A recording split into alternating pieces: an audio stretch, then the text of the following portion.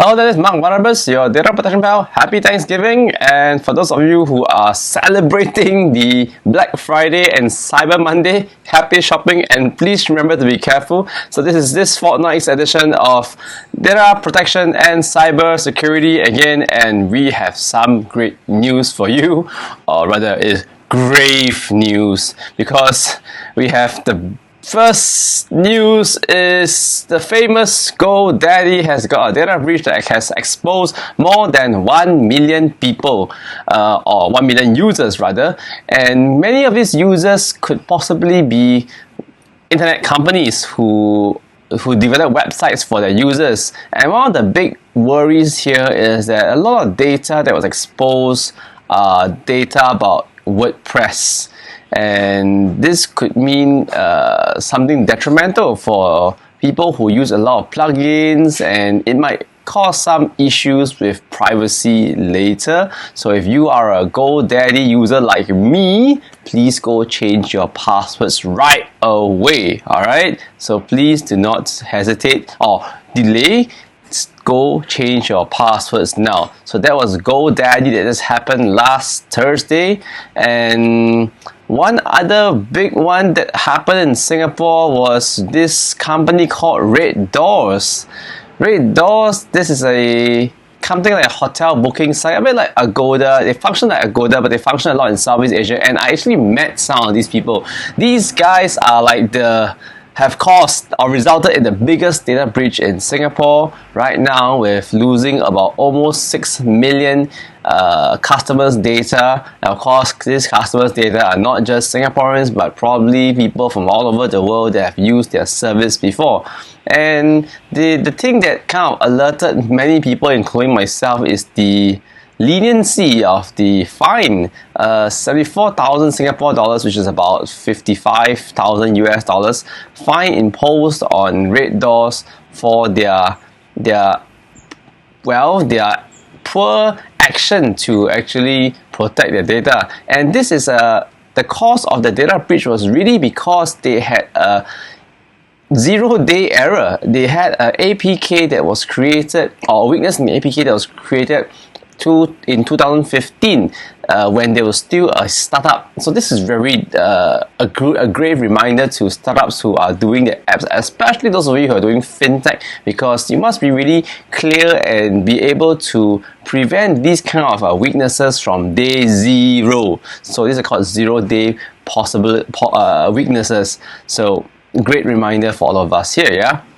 So other considerations this week, I mean, following the two data breaches, I would like to just, pick up this article from Tech Republic, where, business leaders, including startups, have to really consider thinking about cybersecurity as a business risk, not just as an IT risk. And, many times IT is just like one particular department, one particular function, and they outsource it. But really, more and more, it becomes very important that business leaders look into cybersecurity as an ERM. And in fact, today, in enterprise risk management, in our ISO 31000, we look at ERM pretty seriously as well, especially during this pandemic where business couldn't function if they didn't go back to the office. And by now, we all know that we should be kind of used to working from home, yeah?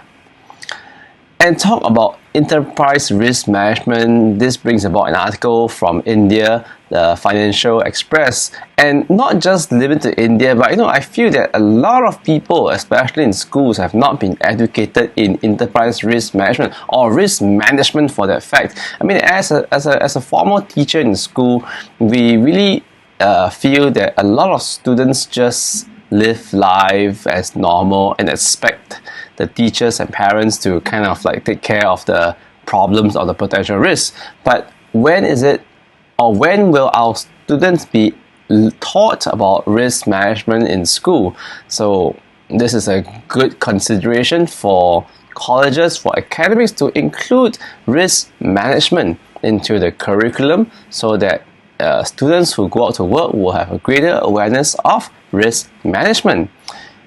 How about you as an individual? How are you managing your own risk? Well, a lot of people say, oh, I just buy insurance and that will be fine. But insurance cannot protect us from everything. And in fact, insurance is quite a remedial kind of a risk management where something happens and hopefully insurance covers the cost of that.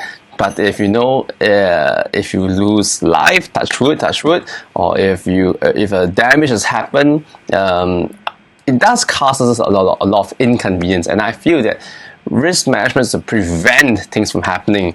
And of course, the other thing about risk management we all learn is to reduce the impact. But instead of just talking about reducing the impact, how about just preventing it totally altogether? So really, we have to consider risk management, personal risk management, as something for us to look into on a daily basis, not just for ourselves, but our families. So finally, the debate goes on, and the debate about whether privacy is a governmental or private kind of responsibility.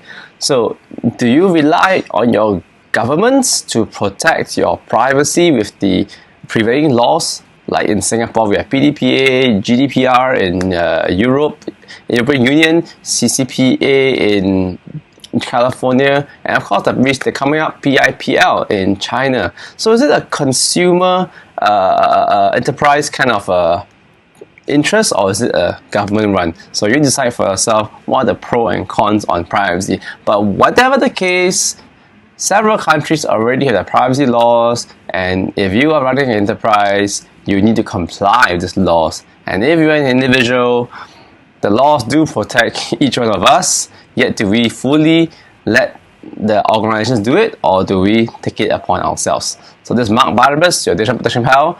For more information about privacy, and you can contact me directly at my social media links. And I also like to promote and let you know that I've got a game or a learning resource called Data High. It's the first ever learning tool to educate on data protection and privacy, and this is where I really want to advocate the learning of data protection and privacy from a very young age. And this game that I created is useful not only for corporations, for adults, but also designed so that even children at the age of 8 with literacy with numeracy skills will be able to play and learn about data protection and privacy. And one day we have a world without hackers. So my name is Mark Barnabas, your data protection pal, and I'll see you real soon. Take care and be safe.